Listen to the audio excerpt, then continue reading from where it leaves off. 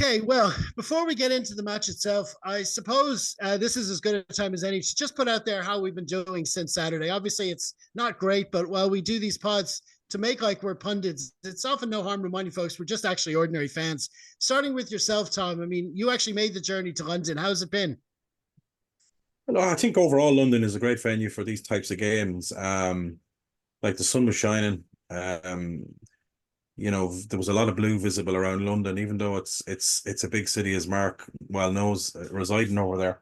But even with that, no matter what any of the major tube stations you were passing through, there was a lot of blue, and you could tell there was going to be a big Leinster contingent over for the game. The stadium itself is a fantastic stadium, but that's about as much as I'd say about the stadium. I wouldn't be happy going back to Tottenham again. You know what I mean? It's a bit of a miserable walk up from Seven Sisters up to the stadium. It's not much Um, better from Northumberland Park, I can tell you. yeah. So it is a short pitch. So I'm more of the play rugby and rugby stadium sort of person. That doesn't mean I don't want to spread the game. I'm happy enough for it to go to Rome or Amsterdam or wherever the case may be. But yeah, Tottenham itself is a bit meh. Like this world famous longest bar. Obviously, I don't think they serve beer at Tottenham Hotspur matches during the game. I could be wrong on that, but they weren't equipped for Toulouse and Leinster fans. You know, I mean, it was. I'm not a big drinker during the games anyway. I'm not. I like when I'm there. I'll have a few beers beforehand. I might have one during the game if somebody's going, but I'm there for the rugby first and foremost. So Did they have I'm the not. upside down I, pints? I'm not just there. What? Did they do the upside down pints where they put the pint glass on the thing and it fills from the bottom? And then it just wasn't working, and you couldn't Yeah. really. People can get served for going at half time 20 minutes. That's their choice if they want to go. And but overall, for £1 billion stadium, you can't even get the drink right. There's something wrong. Um, I think we three checks for the same ticket going in and out of the stadium. There was delays, and yeah. So look, pass mark. The stadium itself is beautiful. But it's not a rugby stadium, and but I've no issue with London. I think London is beautifully geared up for these sort of big matches. Uh, but overall, yeah, but there was a good buzz around the place. There was no issues. There was no, like doesn't matter what rugby games have been out over the years. There was a minimal amount of police around, and there was not an issue. Everybody was in good spirits, and the weather was good, and yeah, just location wise, and there's really nothing around the stadium worth going to for at least half an hour's walk. And I think 90% of people were gone after the game, heading back in towards the city. So you do lose a bit of that atmosphere that you do get around Twickenham, for example, because there's sort of traditional base around Twickenham, around Harlequins and Stoop and all these places like Richmond and stuff where Mark would be well aware of. There's a rugby match going on. So and I don't think the fan park worked out too well. I'm not a big fan of those fan parks anyway, but I know from people who went the night before to the Challenge Cup match, it was just, yeah, it was all a bit meh. So maybe that's something they'll look at down the line. Maybe it's not geared for me. Maybe it's geared for younger people. I don't know. But not positive on the fan park or just the general facilities in the stadium. But look, we were that's all minor. We were there for the rugby first and foremost. But so apart from the short pitch, I wouldn't have too many complaints. But yeah, get back to Cardiff next year should be good. In the Millennium Stadium, so and hopefully we'll have the same luck we had in Cardiff or Bilbao in the next 2 years than we had in previous visits. Please God. And how have you been since how did it go after the match for you? Yeah, it's a bit of a long, dreary walk from Tottenham down to the Seven Sisters. It's about half an hour, and it was quiet. Probably would have seemed a lot shorter if we'd won. Oh yeah, look, yeah, you'd be hopping and skipping down. There wasn't a huge amount. Obviously Toulouse fans were there, but it wasn't a huge amount. It's not like masses of them came out of the stadium and you could hear them. It was a very funeral march after the game. Because I stayed right to the presentation, which I didn't do last year. I got out of Dodge out of Lansdowne quick, but look, I didn't fancy the whole walk down, so I stayed to see Toulouse getting their trophy. And I say Leinster fans easily outnumbered them 5 or 6 to 1. And they weren't hugely vocal. I think they were probably just as relieved as everybody else.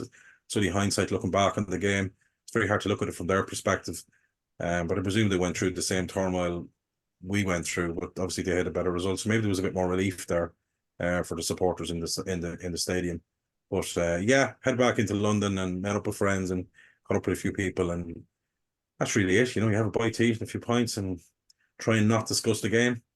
Um, Ended up watching 2020 in a pub in Wandsworth between West Indies and South Africa. So that took my mind off it, even though I'm neither a South African or West Indies 2020 fan. But the mind needed distraction. If So I had a nothing bit, else, it could put you to sleep as well because I had beer and cricket and all. cricket Yeah, to beer and cricket to distract me from the result. there you go. Neither of them would beat Limerick or Tipperary anyway in the Probably 2020. not. No, I needed a bit of GA to be on the TV. There you go. Well, have you been? How did it go for you, Mark? I'm pretty angry, I have to be honest with you. More so than I am again after the La Rochelle games. I'm not in any health state at the moment to go to games or be around big crowds. But I certainly I've been to Tottenham before for an NFL game, and Tom is right. It's not a rugby area as such. It's an in and out. It's a little bit soulless for me for when it would come to rugby. So I can certainly empathise with Tom on that. There's enough stadiums in and around London and um Britain and England in general that probably would have been better suited for it.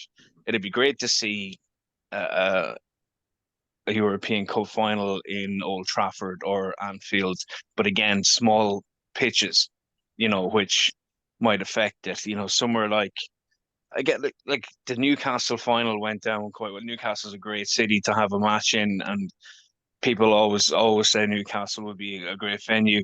You're looking at anywhere that's relatively city centre as opposed to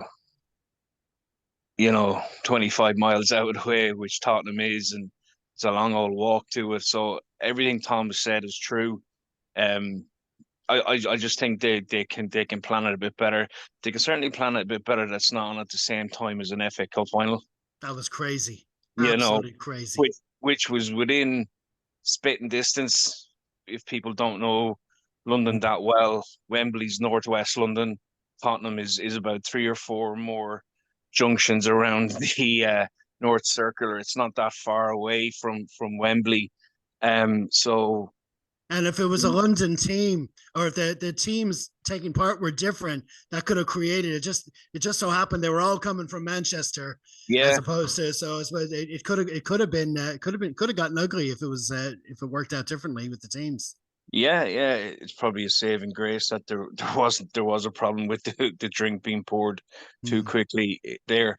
Listen, it's a tough one. It's four in a row now that we've blown, and from a pure rugby point of view, this one angers me more because it feels like we didn't fire our shots. Yeah.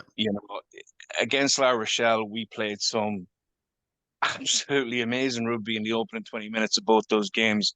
Were pegged back by a better rugby teams that attacked us where we had issues as such. Fair play to Toulouse, that's number 6, but I can't remember Toulouse playing well to beat us by 9 points. They took their chances, and that's how you play finals rugby. We were kind of set up for that with our new South African coach. You thought with our defensive setup, we would take our chances, but we didn't take our chances. Toulouse took their chances, deservedly won the game, but we had 18 trips to 22, and we scored one try, and that's the crux of the game, really. So I'm a bit disappointed. I'm happy just to talk. I'm happy to talk about the stadium for the next hour. Yeah, exactly.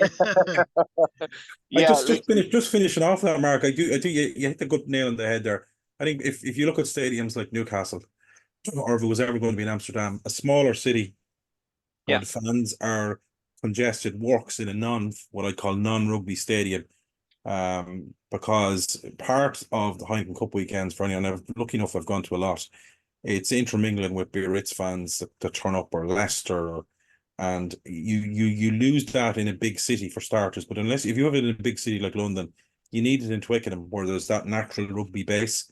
So that was when you mentioned the word soulless, in some ways it was right, because part of the recuperation of losing a game like this is intermingling with Toulouse fans afterwards in a general facility, and you can shake your hands, and I mean, it's just part of getting on with sport. You wish them well, and what the Blue Ribbon Club that they are, and I won't say it helps that you get over the line from it, but I think that